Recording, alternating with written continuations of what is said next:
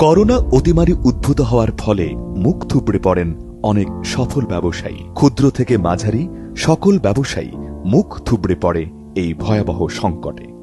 এমন কঠিন সংকট থেকে ঘুরে দাঁড়িয়েছিলেন অনেকেই। তার মধ্য থেকে একজন হলেন মিতা বোস। ঘুরে দাঁড়ানোর গল্পটি শোনা যাক তারই কাছে।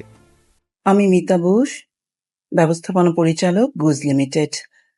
আমরা বিভিন্ন রকমের লেদার পণ্য যেমন ব্যাগ, ওয়ালেট, বেল্ট, পার্স এসব তৈরি করে থাকি। আমরা স্থানীয় বাজারের পাশাপাশি আন্তর্জাতিক বাজারেও ব্যবসা শুরু করেছি। এই ব্যবসা শুরু করবার বা এই এন্টারপ্রেনারশিপ জার্নিতে আসাটা একটু অন্য রকমের ছিল। যে আমি এন্টারপ্রেনারশিপ শুরু করবার আগে দেশে এবং দেশের বাইরে বিভিন্ন স্বনামধন্য প্রতিষ্ঠান উচ্চ পদে আমি চাকরি করেছি, কিন্তু আমার ভিতরে সবসময় একটা আর্জ কাজ করতো যে আমি কিছু কর্মসংস্থান করতে চাই, আর বাংলাদেশের থেকে উৎপাদিত একটা পণ্য আমি গ্লোবাল ব্র্যান্ড হিসেবে প্রতিষ্ঠিত করতে চাই। আর সেই ব্র্যান্ডটা যদি হয় দেশীয় স্থানীয় কাঁচা পণ্যে, তাহলে তো কথাই নেই। এই সমস্ত ভাবনা থেকেই আমার এই এন্টারপ্রেনারশিপ জার্নি শুরুর কিছুদিনের মধ্যেই, বছর দুয়েক এর মধ্যেই আমরা এই কোভিড-19 মুখোমুখি হলাম, যেটাতে হয়েছে যে অন্য আরো অনেক ব্যবসার মতো আমাদের এই ব্যবসাটাও ভীষণভাবে ক্ষতিগ্রস্ত হয়েছিল।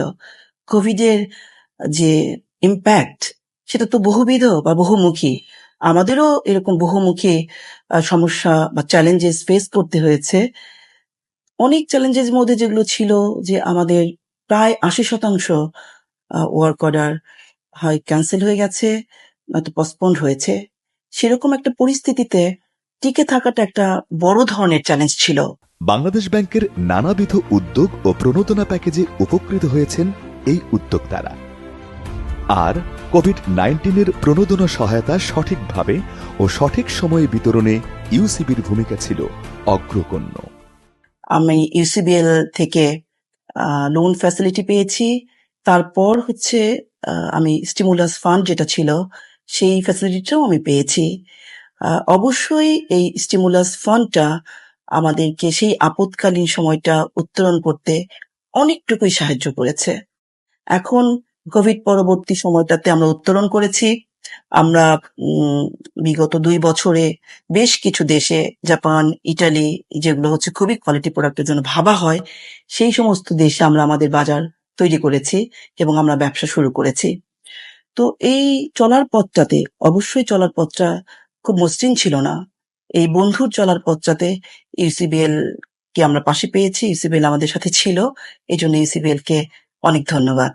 সেই সাথে আমি বাংলাদেশ ব্যাংকেও অনেক ধন্যবাদ দিব যে সেই রকম সময়ে এই ধরনের একটা সহজ শর্তে যে লোনের ফ্যাসিলিটিটা দেওয়া হয়েছিল, সেটা আমাদেরকে ভীষণ রকম ভাবে উপকৃত করেছে।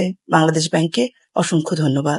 ওনার মতো সাহসী উদ্যোক্তাদের সফলতার সঙ্গী হিসেবে থাকতে পেরে ইউসিবি গর্বিত এবং বাংলাদেশ ব্যাংক ও আন্তর্জাতিক দাতা সংস্থানের বিভিন্ন প্রণোদনা প্যাকেজ সঠিকভাবে ব্যবহারে ইউসিবি অঙ্গীকারবদ্ধ।